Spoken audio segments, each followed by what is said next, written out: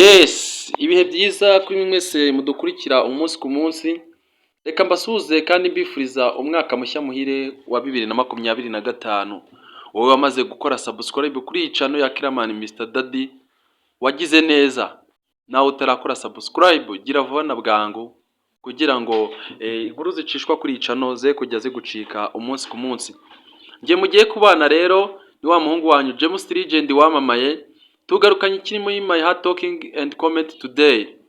Tugiye kuvuga ku rukundo rwa Yves ndetse na Nina, uburyo ki muri iyi minsi ruhagaze, ndetse tuvuge no kwitandukana ry'uyu mukobwa mwiza, umukobwa bita Kelly, uko ari gutandukana n'uno mujama witwa Willy akerekeza igana kwa Chris. Reka duhere kuri Yves na Nina. Yves na Nina rero muri no minsi ishize bamaze iminsi batavugana neza, kuko Nina nyine murabizi ko yararimo kugenda cheatinga umukunzi we, aryamana n'ura mutipe witwa Gadi.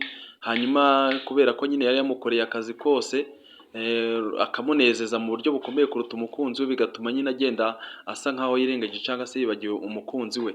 Mu minsi mike rero yaje kumutera inda, arangije kumutera inda aramubwira ati ugomba kuyegeka kuri Yves. Hanyuma rero uyu Nina ashaka uburyo ki yaryamana n'uno mutipe, ariko umutipe aramubwira ati ngewe ndi ku miti kandi ntegetswe kuyinywa amezi adaciye munsi ya 3, nta kindi kintu nemerewe gukora mbere yuko iyo miti mbanza kuyinywa. Murumva ko rero Yves nyine yagize akantu ko kwihagararaho, ariko umukobwa akutangira kugenda akomeza amushuka amwereka uburyo ki nyine biza kurangira akantu k'agaseseme kamufashe.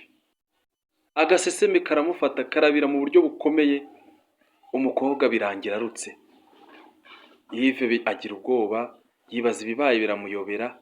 Ariko se guys, twibaze buriya Yves ashatse buriya ntiyaba umuntu mukuru akagira umuntu agisha inama, hanyuma akamubwira ibyabaye ko ashobora kumuha impanuro, hato bitazarimba yitaye mu mutego cyangwa se yisanze mu mutego uyu mukobwa arimo kumushyiramo, kandi ari imipango ye na Gadi. Aho ngaho ni ku ruhande rwa Yves ndetse na Nina. Tugaruke ku ruhande rwa Willy ndetse na n'uyu nguyu Kelly. Willy na Kelly nk'uko mubizi cyangwa se nk'uko mugenda mubibona muri no filime ya My Heart, ni abantu bakundana cyangwa se bakundanye mu myaka ishize. Aramutegereza ubwo yari yaragiye mu mahanga, ariko nyine bitewe n'uko yagendaga atindayo, uyu mukobwa akumva afite irari ryo kuba yakunda undi muntu, yo kuba hari ibyo abandi bakunzi baha abakunzi babo we atabona bitewe n'uko umukunzi wari kure. Ariko Willy aramutse agarutse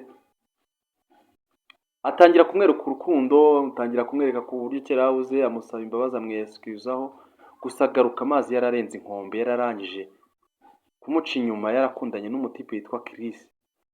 Chris muzi nk'umuntu w'umuganga muri iyi filime, akaba umunyakeya nyinshi cyane, ngira ngo murabizi cyane bikomeye.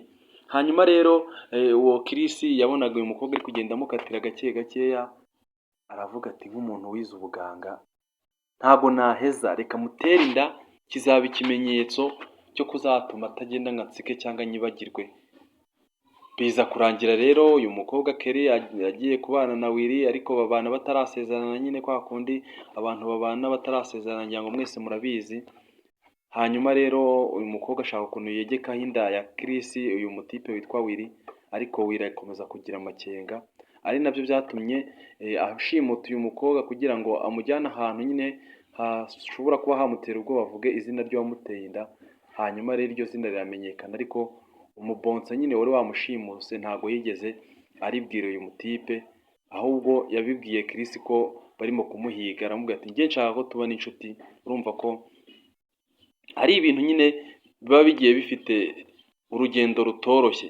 Kuri ubu ngubu rero Kelly yabuze kwa Willy, yafashe urugendo rumwerekeza kubana n'uyu mutipe Chris.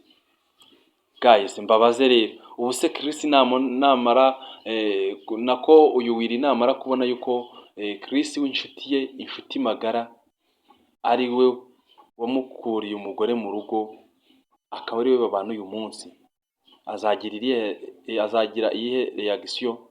urumva ko bishobora kuzaba ibintu bigoranye cyane, ariko namwe mumpe comment mumbwire uko mubona ibi bintu bizaba bimeze. Mbibutse ko rero amakuru nk'aya muyategurirwa kandi mukayagezwaho nanjye James Legend wamamaye. Ndabakunda cyane, Imana y'u Rwanda ihorane namwe.